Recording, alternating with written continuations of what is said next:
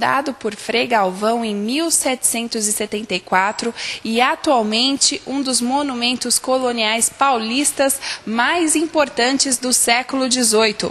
Hoje você também vai conhecer o Museu de Arte Sacra, fundado em 1970.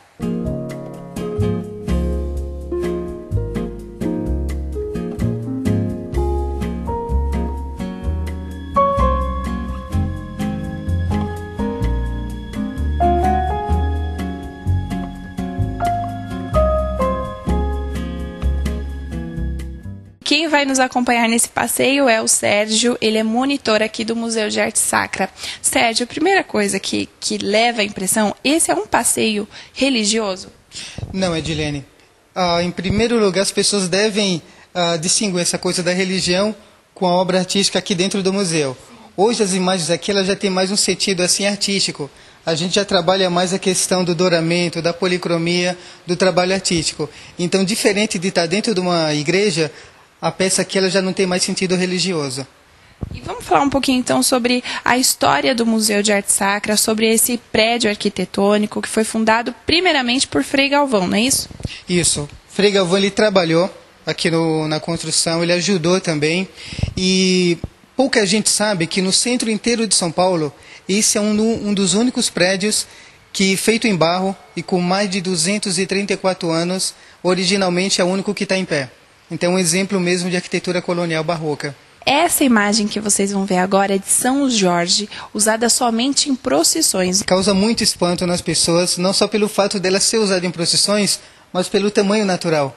Que a arte barroca tem essa coisa de mexer um pouco com o lado do real. Sim. Ela tenta colocar essa imagem como se fosse uma pessoa de verdade.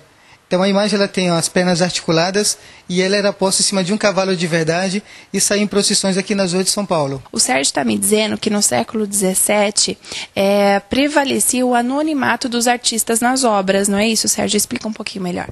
Geralmente elas faziam a imagem por devoção, colocavam as mãos a serviço de Deus. Então geralmente eles não tinham esse intuito assim de fama, de dinheiro e de reconhecimento. O próprio reconhecimento vinha da própria vila que às vezes eles moravam. Então aqui a gente tem um exemplo dessa peça de Santo Amaro, feita pelo Frei Agostinho da Piedade, que era de Portugal e veio para o Brasil ensinar a arte de fazer imagens. E essa imagem que vocês estão vendo é a imagem de Nossa Senhora da Luz, que originou o nome do bairro, um bairro muito tradicional aqui em São Paulo, que é o bairro da Luz. Não é isso, Sérgio? Em 1603, a imagem já existia, aqui nesse mesmo local, tinha uma capela pequena. Quando o Frei Galvão chegou, por volta de 1770, 74, para construir esse mosteiro, ele já se deparou com a imagem. Ele foi obrigado a mandar fazer um altar maior para a imagem, porque a devoção estava crescendo, o número de pessoas também já estava começando a chegar nesse bairro. Então o bairro deixou de se chamar Campos do Guaré, passou a se chamar Bairro da Luz, pela devoção a Nossa Senhora da Luz. Aqui também moravam as freiras, Sérgio? Na parte de baixo, sim, Adilene. Até 1970, inclusive, onde nós dois estamos sentados, chama-se Conversadeiras.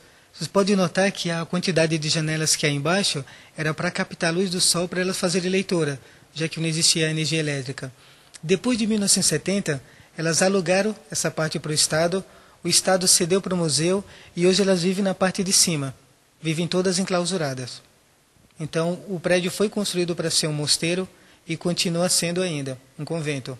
E essa sala aqui é a última sala do passeio no Museu da Arte Sacra e uma das mais importantes que mostra a construção e o material usado naquela época. Me fala um pouquinho sobre a sala.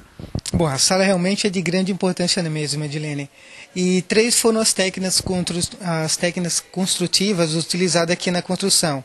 A primeira delas, a taipa de pilão, que geralmente as paredes eram largas, tinham de 80 a 1,20 m de espessura. A segunda, o pau a pique, também conhecida como taipa de sopapo ou taipa de mão. Geralmente essas paredes serviam mais como divisórias.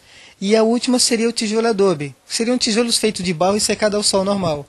Que o piso do museu não é original, foi colocado em 70. Original seria chão de terra batida.